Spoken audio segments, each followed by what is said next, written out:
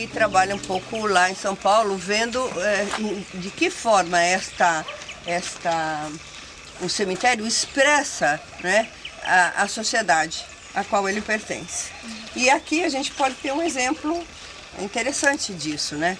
É muito simples este cemitério, com as suas características, né, de túmulos mais ou menos semelhantes, e aqui no fundo você tem essa configuração distinta, que são as famílias mais importantes da cidade, os grandes barões do café. Aqui é a família Valim e a família Almeida. A família Valim é dono da Fazenda Resgate, uma das fazendas mais opulentas aqui da região.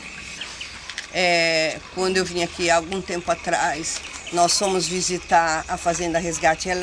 O dono atual da Fazenda Resgate, ele é um coronel do Exército, e aí tem uma certa dificuldade para a gente agendar as visitas. Vamos lá, aqui tem a Maria Joaquina e o senhor Luciano, que se casaram em 26 de novembro de 1827. Ali dentro deu para ler tem uma urna com a ossada do senhor Luciano. Ele morreu em 854. E a dona Maria Joaquina morreu em 1882. Aí a gente percebe que aqui jaz a Francisca. A Francisca, filha deles, nasceu em 1828, um ano após o casamento, não é? Ela se casou com Manuel Freitas e Silva e tiveram duas filhas, Virgínia e Elisa, que também estão enterradas aqui. A semana passada foi finados, né? Então a gente consegue ver uma manifestação recente de como que a própria população lida com os seus mortos aqui. E esses túmulos aqui estão cheios de velas. Aqui tem algumas, né, em outros não tem velas, tem algumas flores esparsas que já estão morrendo, ou então flores de plástico. Mas aqui você percebe a quantidade de gente que, assim, cada vela é uma pessoa, né, que faz uma rezinha.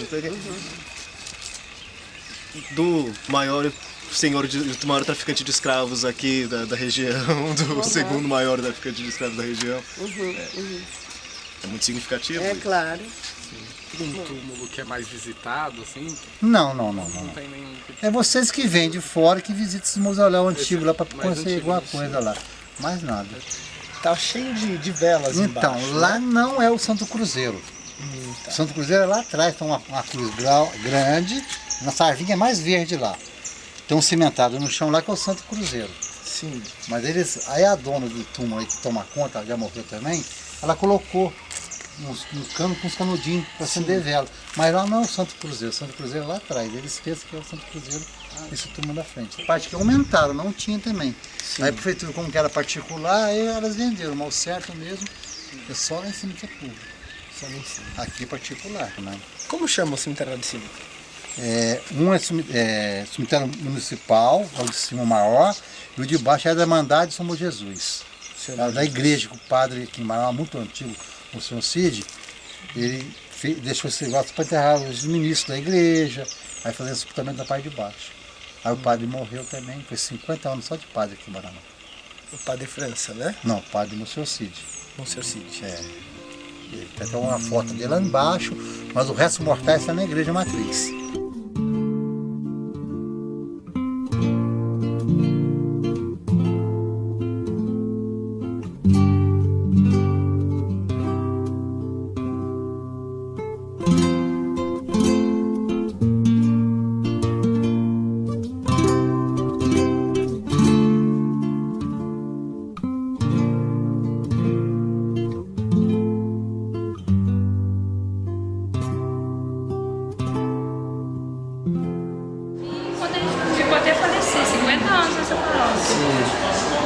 A relação dele com os cemitérios aqui na região?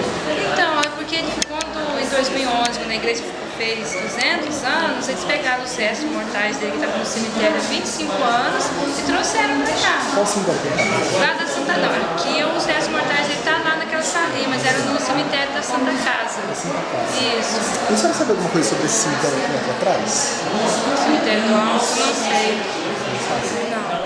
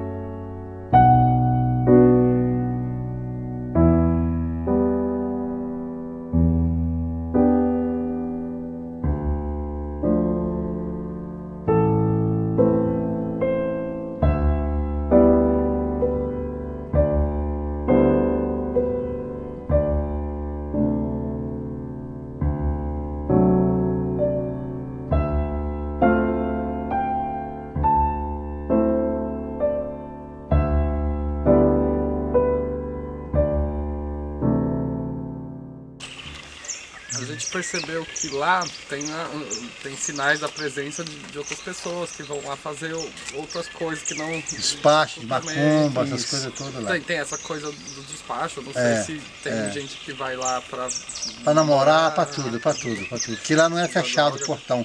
Era fechado aqui, esse portão amarelo que vocês viram, era aqui embaixo no começo. Mas como tem essas casas laterais, aí entrou no justiça para tirar o portão. O portão deve ter uns 3 anos que foi tirado e levado lá para cima. Aí o portão lá em cima ficava trancado. Aí começaram a arrebentar os cadeados para passar os carros para o outro lado da rua. Aquela reserva da Sabesp é recente? Não, é mais antiga. É mais antiga? Ela deve ser quase a fundação junto com o cemitério lá do morro. Dá para desativar ela agora também. Teve umas 2 bolas redondas lá, cimentado. Então lá estamos querendo colocar 2 caixas de fibra. Acabar desativada, enterrada e fazer lá para cima, externo. Aqui, assim, a base de leis por 15 enterros aqui e 30 lá. Mais lá que aqui. Ai, mais lá. Mas a pessoa mais é carente, né? Fica lá em cima. Esses 2 aqui de hoje vão estar enterrados aqui. Um foi aqui e o outro vai lá pro morro. Vocês viram uma cova aberta ali? Então o rapazinho vai para lá. Um rapazinho. É um escurinho para lá, 30 anos. Cada altar, que eram os barões do café que tinham muito dinheiro, que faziam, né, os doavam para fazer os altares. Aí quando eles morriam, enterravam eles mesmos, mas tiraram muitos ossos de cada altar, mas agora não tem, é só o dele mesmo. Ah, e os ossos foram transferidos para o cemitério Foram transferidos. da Santa Casa? É, lá debaixo da Santa Casa. Igual, mas fica muita gente. Qual é a igreja mais antiga desse? Essa aqui, que é de 1811, ela é a matriz. Essa aqui é a mais antiga. Mas na verdade, não é a primeira igreja dedicada ao Senhor Bom de Jesus do Livramento, que é essa, ela é lá nos pés da Serra da Pucanha, ela fica do São José, mas tem um cemitério lá atrás da igreja que é dos escravos. E essa foi feita para os barões, o café só podia, e a igreja Rosário, que é lá debaixo da praça, foi feita para os escravos, que eles não podiam frequentar aqui, só os barões do café. Bom, então voltando aqui, dá para perceber, olhando para o cemitério, a divisão de classes? Sim. Então, o cemitério, de alguma maneira, também expressa, né, uma sociedade desigual que se configura a partir da estética dos túmulos. Não é isso? O cemitério dos escravos, que não é nem cemitério dos escravos, era Jardim dos Passos, mas não... Só os ossos dos escravizados foram levados lá para 1959 e homenagearam o cemitério dos escravos, mas lá era dos coronéis.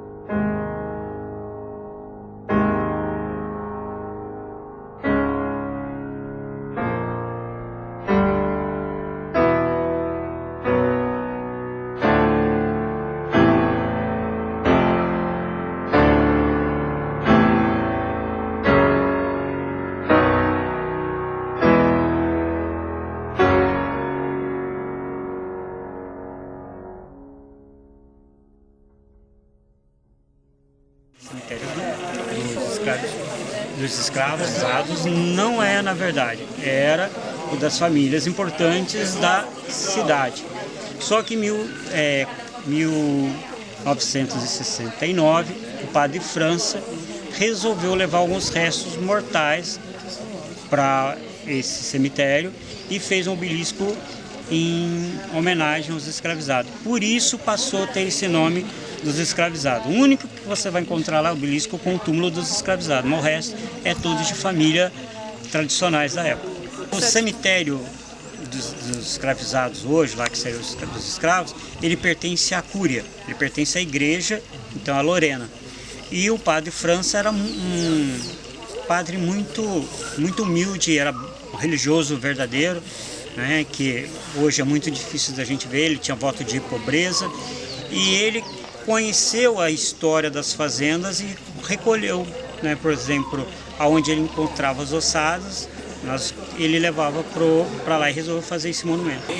Narrativas diferentes. E nós estamos tentando transformá-lo em um uniforme, porque tem a história contada, né, que se diverge muito da original. Por exemplo, as pessoas chegam aqui e perguntam para mim onde acharam ossos dos escravos, né?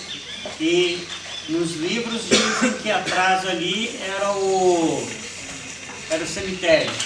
Aí tem um grupo que defende que era um pomar. Aí eu tenho que acreditar no que meu pai fala. Meu pai tem 79 anos. Em 1969 era funcionário público e o padrinho meu, que era o padre Francisco, que era padrinho de batizado, que retirou os ossos dali. Meu pai participava da equipe. Então eu tenho que acreditar no meu pai e no meu padrinho. Acho que os dois falavam a verdade, não falaram mentira para mim. Nessa perspectiva, a gente percebe que nem a morte acaba com essa coisa da divisão de classes, né? Ela se expressa também nesse momento Final, né? nesse momento final, e também a questão da memória, né? O que isso representa de permanência do que foi essa família no local, do que foi aquela, e essas outras pessoas que talvez a gente não saiba as histórias. E qual é o perfil assim, das pessoas que estão contando essa outra história? Assim? Tem professor de história. A história vocês estão fazendo geografia, né? Daqui vai sair várias correntes, com certeza. E quizá, né, vocês tenham um bom nome que vai modificar muita coisa na geografia do nosso país. Mas nem todo mundo estudou na mesma sala, na mesma turma, vão ter a mesma linha de pensamento. Concorda comigo ou não? Sim. Né? Bom? Ok. Alguma coisa? Tem mais alguma pergunta?